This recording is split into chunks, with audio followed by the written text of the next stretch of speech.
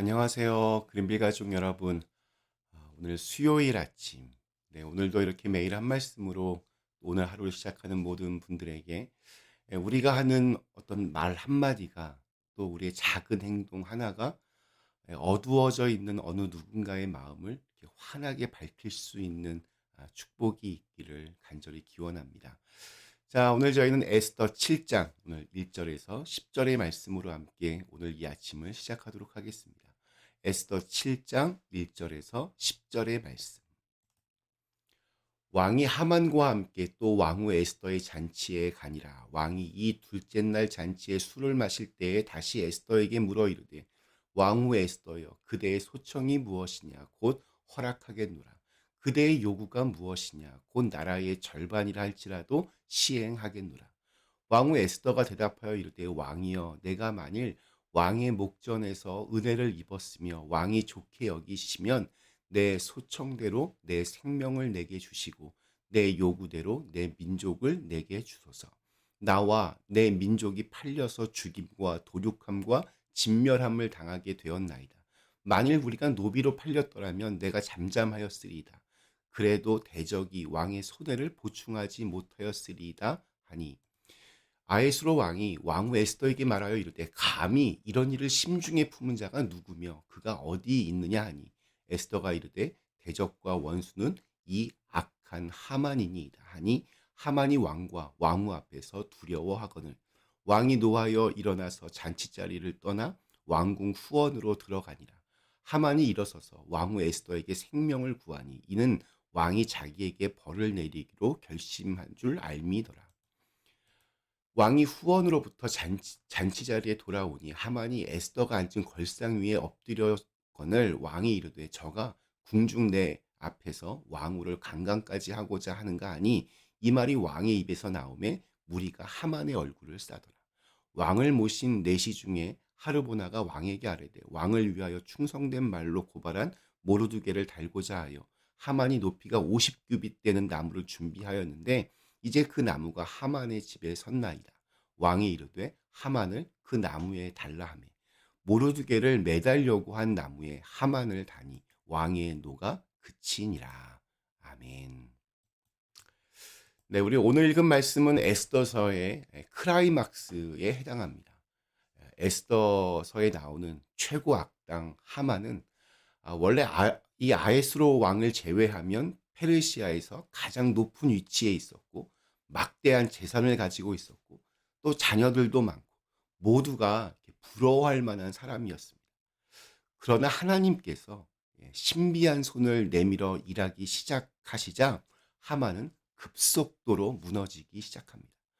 하만이 세운 인생의 그 건물은 누구보다 높아 보였습니다.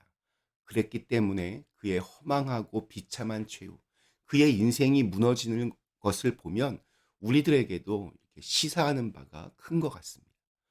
하만은 자신이 왕의 옷을 입고 왕관을 쓰고 왕의 말을 탈 줄 알았는데, 모르드게가 그 주인공이었고 자신은 마부로 전락했습니다. 심한 충격을 받고서 집으로 돌아와 아내와 친구들에게 지혜를 구했지만 아주 비관적인 견해만 내놓았습니다. 하만은 그 받은 충격을 정리하기도 전에 자신을 데리러 온 내시들을 따라 에스더가 베푼 두 번째 잔치에 참석하게 됩니다.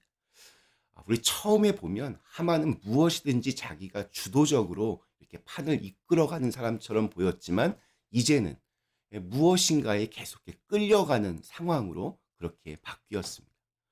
왕은 잔치 중에 다시 한번 에스더에게 당신이 원하는 것이 무엇이냐, 그것이 무엇이든 내가 심지어 나라의 절반이라도 기꺼이 주겠다라고 그렇게 말합니다. 벌써 세 번째 같은 말을 반복하고 있습니다. 그만큼 진심이라는 반증입니다. 드디어 때가 이르렀습니다. 에스더는 자신과 자신의 민족이 곧 죽게 된다고 그동안 꼭꼭 눌러왔던 말을 합니다.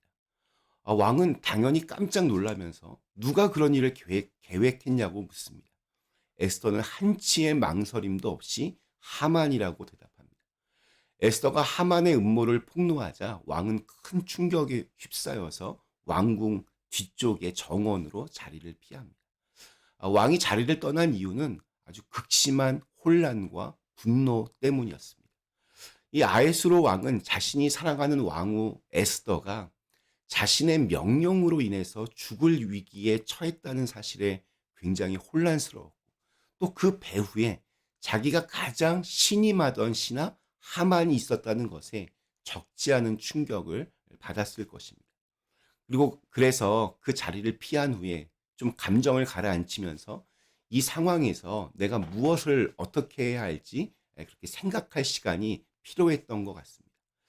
아에스로 왕이 자리를 떠난 사이 하만은 에스더의 걸상 위에 엎드려 제발 살려달라고 빕니다. 그런데 그 모습을 멀리서 볼 때는 마치 이 왕후를 이렇게 겁탈하려는 것처럼 보였습니다. 왜냐하면 당시 페르시아 법에 의하면 왕후에게는 왕을 제외하고는 최소한 7걸음 이상 이렇게 떨어져 있어야 했습니다. 그런데 에스더 바로 코앞에서 에스더 앞에 있는 그 식탁 위에 엎드려서 애걸복걸하고 있으니 이 멀리서 보면 이 충분히 오해할 만한 상황이 된 것입니다. 그리고 그것은 왕이 하만을 죽일 수 있는 아주 좋은 명분이 되기도 했습니다.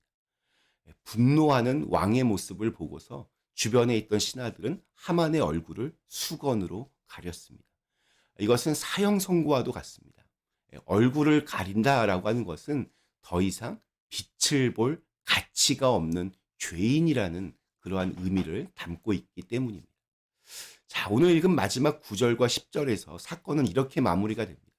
왕을 모신 내시 중에 하르보나가 왕에게 아뢰되 왕을 위하여 충성된 말로 고발한 모르드게를 달고자 하여 하만이 높이가 50규빗 되는 나무를 준비하였는데 이제 그 나무가 하만의 집에 섰나이다. 왕이 이르되 하만을 그 나무에 달라 하며 모르드게를 매달려고 한 나무에 하만을 다니 왕의 노가 그치니라. 모르드게를 죽이려고 세운 그 교수대에 하만이 매달리는 아주 극적인 반전으로 이야기가 끝이 납니다. 오늘 말씀을 이렇게 묵상하면서 조금 다른 측면의 생각들이 떠올랐습니다.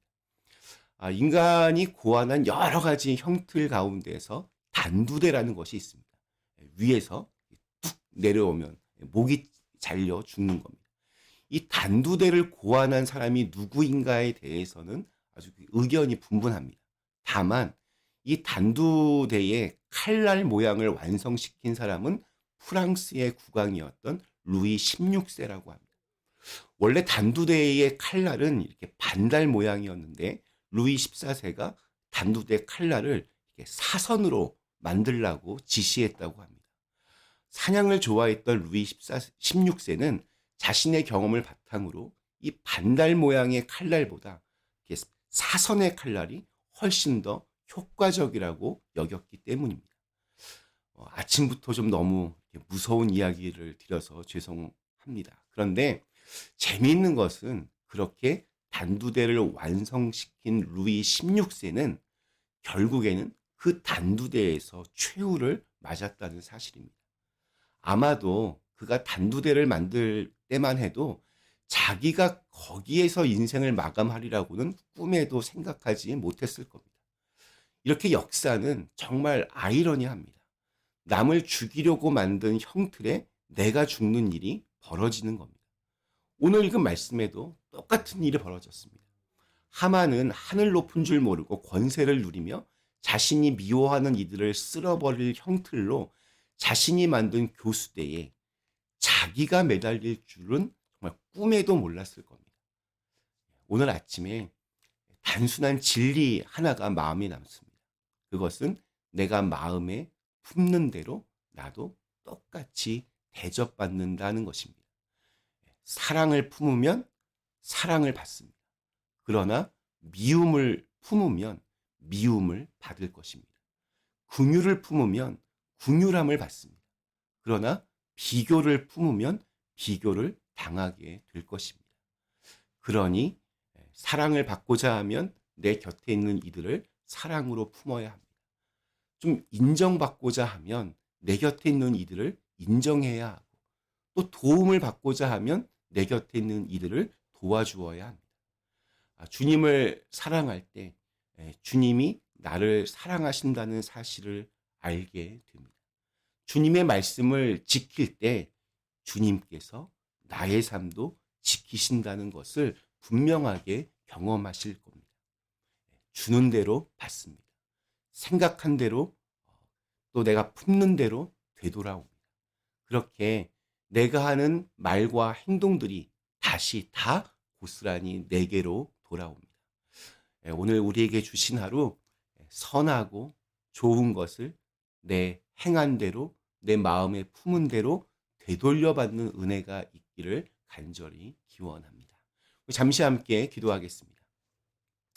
전능하신 하나님, 자기는 그, 그 나무 위에서, 교수대 위에서 죽을 줄을 꿈에도 몰랐던 하만은 결국 그곳에서 비참한 최후를 맞습니다. 저희들도 내가 마음에 품고 생각하는 것이 다시 되돌아온다라는 것을 늘 기억하면서 언제나 선하고 주님께서 기뻐하실 만한 것들만 늘 마음에 품고 행할 수 있도록 인도하여 주시옵소서. 예수님의 이름으로 간절히 기도드리옵나이다. 아멘.